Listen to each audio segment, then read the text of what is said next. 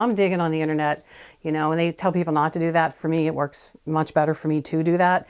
I don't get scared. I mean, I can see at the worst diagnosis possible and say, okay, maybe that's it. We just need to check it out. And I'm okay with that, but that's kind of the background that I have. I do research, with my job. And so I search for facts and I want to kind of approach it from a factual way. And I actually at one point did come up with amyloidosis. And I knew from Pittsburgh, I live in Pittsburgh, our mayor had died in the 1980s from amyloidosis, and he died in like eight months. And we watched him die very fast, and it was a very, it just really, really, demolished him. And I thought, oh, I can't have that because I'm not that sick. I mean, don't feel well, but I'm not that sick. So it can't be amyloidosis. The next thing I asked my PCP is, could I see an endocrinologist? Because I was convinced that it was a hormonal issue or a thyroid issue. Those are the two things I kept coming up with.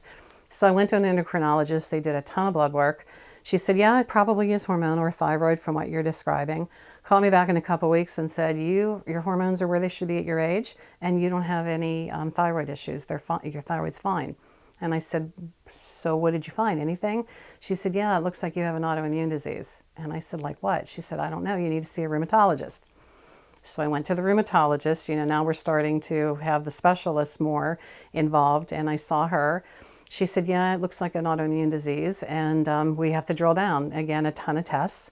And I went back to see her, and she said, you don't have an autoimmune disease. You're negative on everything.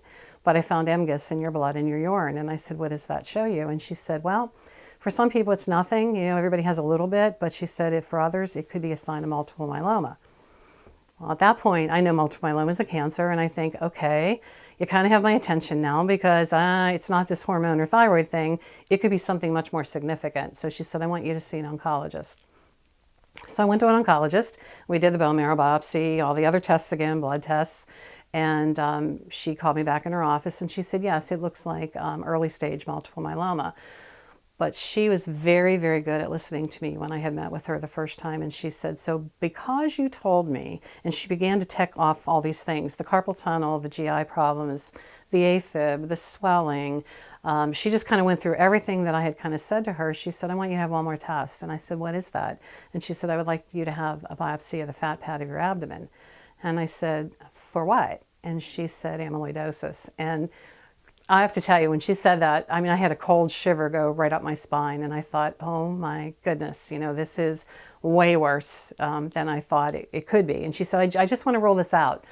Truthfully, I think she wanted to get the diagnosis. I mean, she said she wanted to roll it out. She wasn't trying to roll it out. I think she was kind of convinced she had caught it, and she just needed this one determining test to figure it out. So she had me into a surgeon within 2 days. He cleared a schedule like the next day for me to have the fat pad biopsy.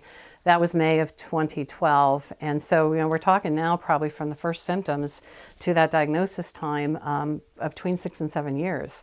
And probably 8 specialists and a PCP, and so probably 9 doctors involved in the process. And she called me back on the Tuesday after Memorial Day. I'll never forget the day. It was May 29th of 2012. I was driving from actually a mall in my car. I pick up the cell phone, and she said, Darcy, it's Dr. Monga. And I said, hello. And she said, your biopsy came back positive. She said, you have amyloidosis. And I just remember thinking, I am going to be dead in probably the next few months, because that's what happened to everybody I had known that had it.